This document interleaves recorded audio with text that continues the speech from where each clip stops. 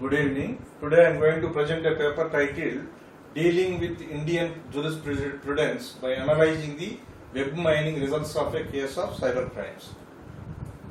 So this is the agenda. IoT. IoT is Internet of Things. It's also called Internet of Objects, which means it's a network of physical devices, objects, gadgets or things. And so here IoT has a lot of applications. So there are so many applications that that can be deployed in this setting. And here IoT means there are objects are smart here, smart objects, and smart cities always use smart objects, smart things like that. Smart objects can be controlled remotely and can serve as physical access points to internet services. So here the important things related to IoT include people, location, time information as well as condition of objects. These four things are important in the case of IoT.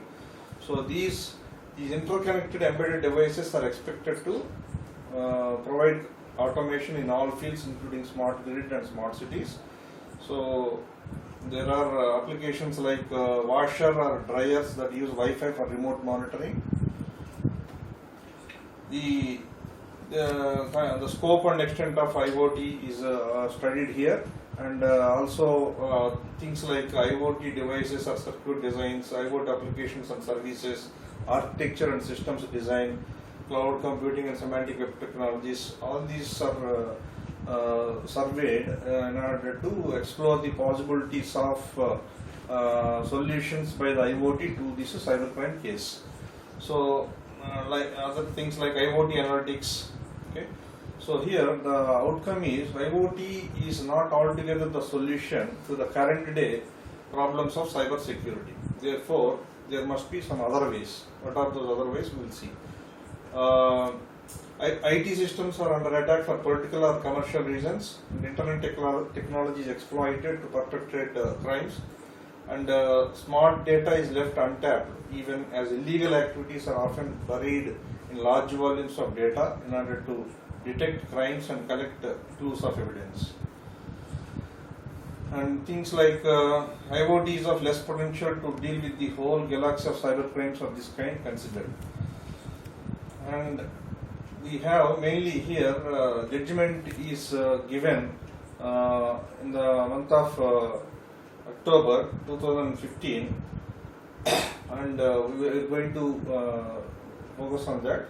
So cybercrimes in higher educational institutions. So we have a cybercrime case study here, where jnjjack.com is a website that contains cybercriminal content in its homepage.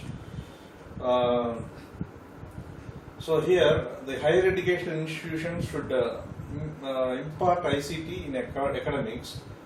Also, when you look at the case study, in the cybercrime case study, we will come to know that rampant technology abuse is going on in academics.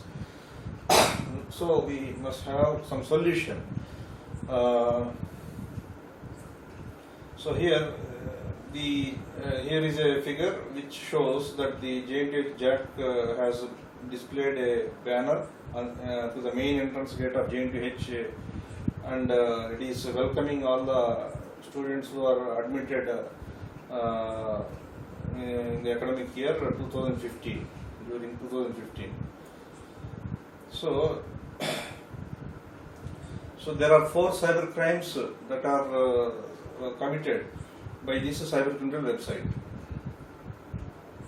So these are the judgment pages: page 1, page 2, page 3, page 4, page 5. So here things like punch witnesses are shown, and here the EXP1, EXP2, so on, EXP7 are also shown.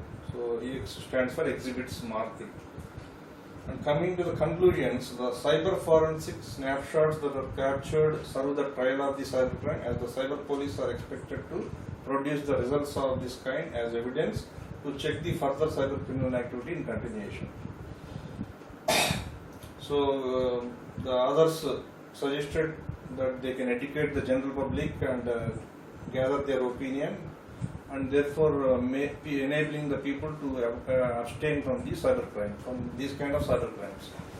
And the case study is Evan and Edward, the two accused people who developed the website, and they registered that website on the web.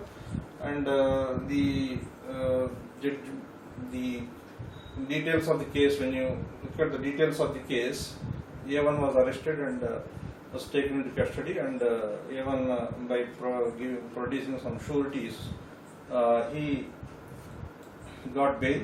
And after that, again, the charge sheet was filed against him, and he was taken into custody for prosecution. So the result of the prosecution, the judgment is given, and he was acquitted. Simply, he was acquitted. It is actually it should not happen, because the Evan has committed cybercrime. He must be punished. But so here the solutions, also the essential crime is also not registered. That is one more drawback of that is there in the proceedings. So this work has immense future scope with regard to the significance of cyber forensics and cyber ethics, and the work can easily be carried forward for future developments in the Cyberabad police organization, cyber forensics, cyber ethics, and jurisprudence. So it may seem less technical, but the significance of cyber forensics and cyber ethics can be understood only in the light of the judgment copy, which is consequent upon the efforts in the previous research papers towards the elimination of threats to national integration. So the work has not much to do with the PGOT. So these are the references. Thank you.